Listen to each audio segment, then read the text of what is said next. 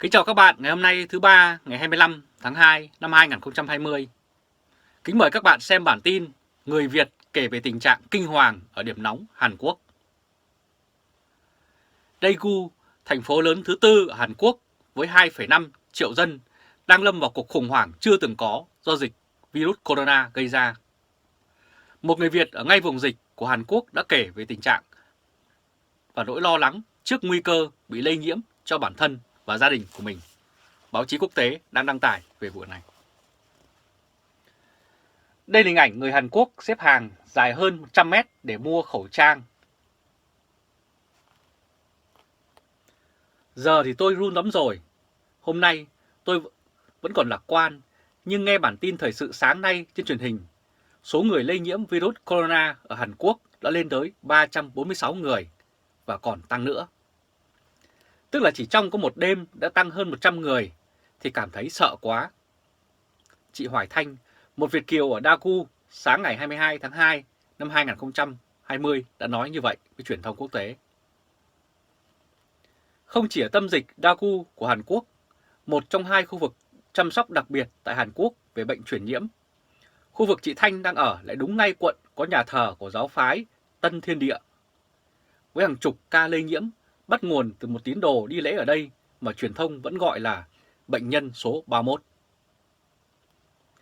Ngay bên cạnh quận này là quận có bệnh viện Đông y, nơi bệnh nhân số 31 từng điều trị. Nhà bà cũng ở đó, và nên khu vực em ở đây được xem là rất vắng. Mấy quận khác của Dago ở xa sẽ đỡ khủng hoảng hơn. Chị Thanh đã nói như vậy. Chị Thanh tuy rất lo lắng trước tình hình lây nhiễm, nhưng vẫn cho biết chị vẫn quyết định ở lại thành phố này. Thay vì những phương án sơ tán về Việt Nam hay đi đến ở nhà bà con ở một tỉnh hoặc thành phố khác ở Hàn Quốc. Và nói về tâm trạng của những ngày sống ở vùng cần được quan tâm đặc biệt về virus, chị Hoài Thanh nói rằng khi những trường hợp đầu tiên xuất hiện, mọi người thấy lo lắng.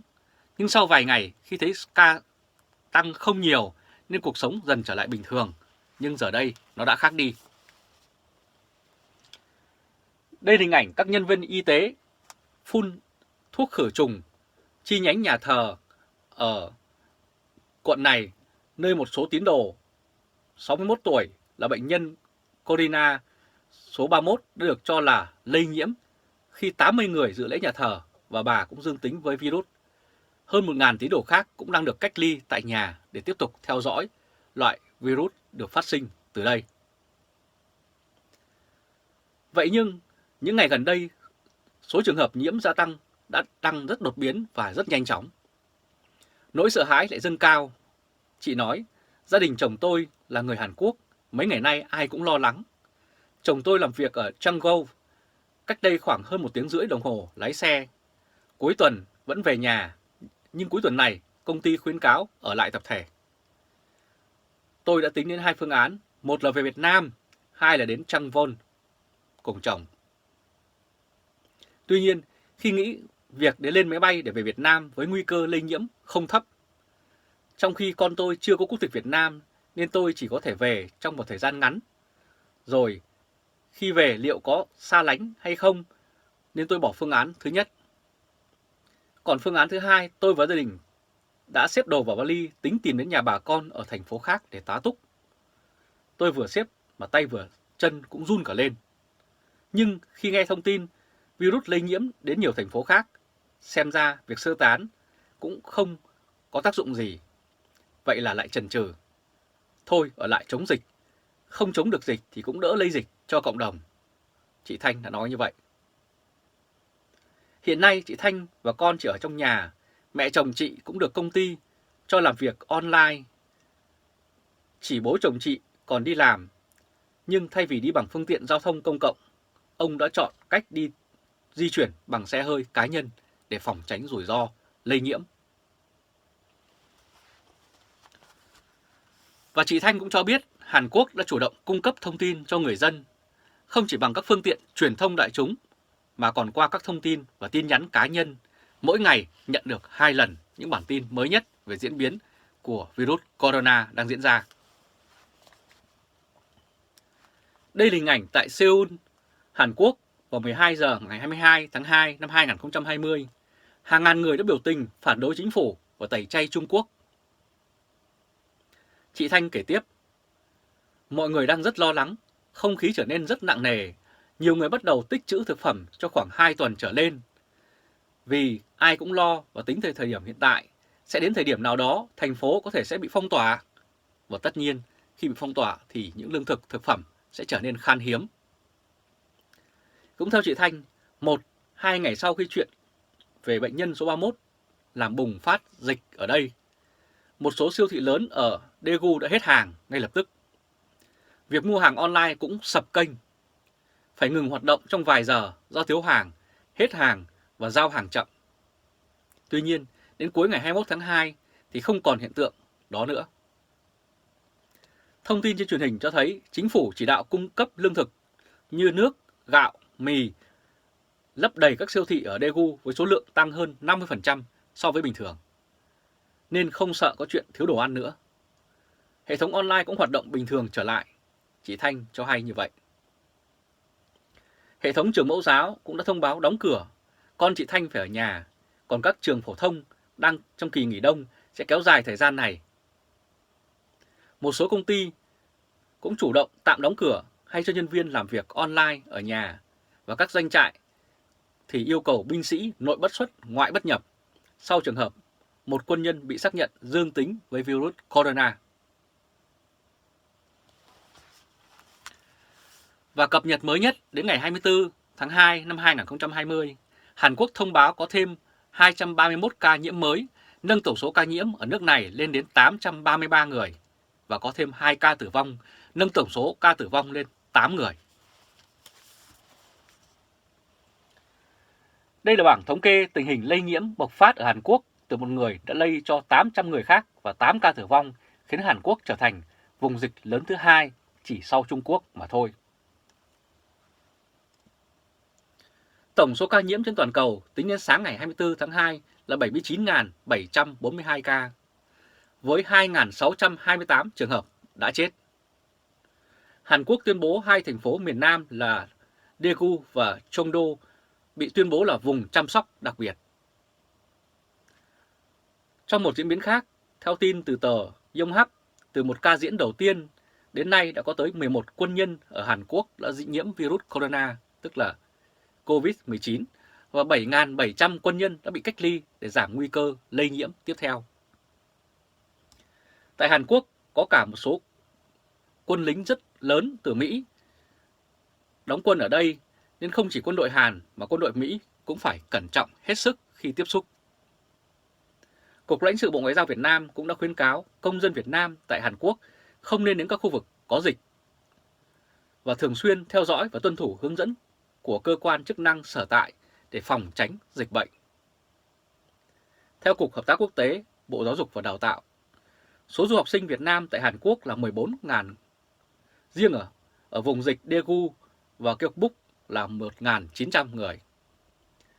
Trong đó, số đang học ở thành phố Daegu khoảng 500, ở Gyeongbuk bao gồm cả hạt huyện Cheokdo trên 1.400. Thống kê chỉ tính số người học đại học, thạc sĩ, tiến sĩ, chưa bao gồm người đang học tiếng. Và ít nhất là 15 quốc gia, vùng lãnh thổ đã cấm hoặc hạn chế nhập cảnh đối với công dân Hàn Quốc trong bối cảnh dịch viêm phổi do virus corona chủng mới COVID-19 bùng phát mạnh tại quốc gia này. Đây là hình ảnh một người đàn ông đeo mặt nạ ở Capustello, thị trấn phía bắc của Italy, Ý, đã bị đóng cửa vì sự bùng phát của virus. Italy đã có 3 người chết vì virus corona và số mắc ca bệnh này đã tăng lên 150 người và còn tiếp tục tăng tiếp, cũng như số người chết tăng lên hàng ngày. Theo Yonhap, Israel là một trong những quốc gia đầu tiên cấm công dân Hàn Quốc nhập cảnh. 5 quốc gia khác bao gồm Bahrain, Jordan, Kiribati, Samoa và thuộc Mỹ cũng cấm nhập cảnh đối với người đến từ Hàn Quốc. Theo đó, bắt đầu từ hôm nay, tức là hôm 24 tháng 2, Israel cấm nhập cảnh đối với công dân Hàn Quốc và bắt những người từng đến Hàn Quốc trong vòng 2 tuần qua. Thậm chí, trước khi đưa ra thông báo này, Israel đã buộc một máy bay của hãng hàng không Hàn Quốc Korea Air chở 180 người, trong đó có 130 người Hàn Quốc, phải quay đầu khi máy bay này hạ cánh ở Tel Aviv hôm 22 tháng 2. Israel bày tỏ lo ngại sau khi các thông tin nói rằng một nhóm người ở Hàn Quốc sau khi hành hương đến Israel đã được chuẩn đoán và nhiễm virus corona 19. Loại virus mới COVID-19 này rất nguy hiểm vì đến nay vẫn chưa có thuốc chữa. Israel ngoài ra cũng cấm nhập cảnh đối với những người gần đây đến từ Nhật Bản, Trung Quốc, Hồng Kông, Macau, Thái Lan và Singapore. Iran cũng đã cấm nhập cảnh đối với công dân Hàn Quốc và những người từng đến các quốc gia, vùng lãnh thổ đang bị coi là điểm nóng về dịch COVID-19. Các công dân Hàn Quốc có giấy phép cư trú hợp lệ vẫn được phép nhập cảnh, song phải trải qua các khâu kiểm tra, cách ly kỹ lưỡng hơn trước rất nhiều. Một số quốc gia, vùng lãnh thổ, trong đó có Mỹ, Anh, Singapore, đã cảnh báo công dân tránh đến Daegu, Bắc Gyeongsang thời điểm này tại Hàn Quốc vì là trung tâm dịch đang bùng phát. Đây là hình ảnh lo lắng đang bao trùm thành phố Daegu, cách thủ đô Seoul của Hàn Quốc khoảng 240 km, nơi có 2,5 triệu người dân. Đường xá đã vắng tanh, hàng quán, trung tâm thương mại đóng cửa.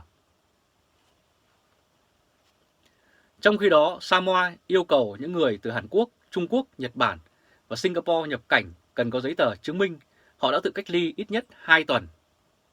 Samoa thuộc Mỹ cũng áp dụng biện pháp tương tự, yêu cầu các du khách đến từ các quốc gia này phải tự cách ly 14 ngày tại Hawaii. Brunei, Pakistan, Turkmenistan, Kazakhstan, Ethiopia, Uganda cũng đã siết kiểm soát đối với du khách đến từ Hàn Quốc và quốc gia có số ca nhiễm virus COVID-19 cao. Yêu cầu họ phải tự khai báo với các giới chức y tế sở tại nếu có bất cứ triệu chứng khả nghi nào. Du khách từ Hàn Quốc, Trung Quốc, Iran, Singapore tới Oman buộc phải cách ly trước 14 ngày. Macau cũng áp dụng chính sách kiểm tra sức khỏe và cách ly đối với du khách đến từ Hàn Quốc. Qatar cũng yêu cầu các du khách từ Hàn Quốc tự cách ly hoặc cách ly tại một địa điểm theo chỉ định khoảng 14 ngày. Quốc đảo Mauritius ở Đông Phi hiện chưa chính thức công bố cấm nhập cảnh đối với công dân Hàn Quốc, nhưng được cho là đã hoãn nhập cảnh đối với một số người Hàn Quốc có triệu chứng sốt và chuyển họ đến một bệnh viện hôm 23 tháng 2 năm 2020. Yonhap dẫn lời một quan chức ngoại giao đã cho biết tình hình quốc tế đang diễn ra hết sức phức tạp. Rất cảm ơn các bạn vừa theo dõi chương trình truyền hình trực tiếp của Lê Trung Khoa Thời báo.de ngày hôm nay, thứ ba ngày 25 tháng 2 năm 2020. Các bạn hãy chia sẻ video cho nhiều người biết và bấm nút theo dõi YouTube và Facebook của Thời báo.de. Và chúng tôi sẽ tiếp tục cập nhật những bản tin mới nhất, nhanh nhất và trung thực nhất để phục vụ các bạn. Từ Berlin, Cộng hòa Liên bang Đức, chào các bạn và hẹn gặp lại các bạn vào bản tin lần tới. Trung Khoa.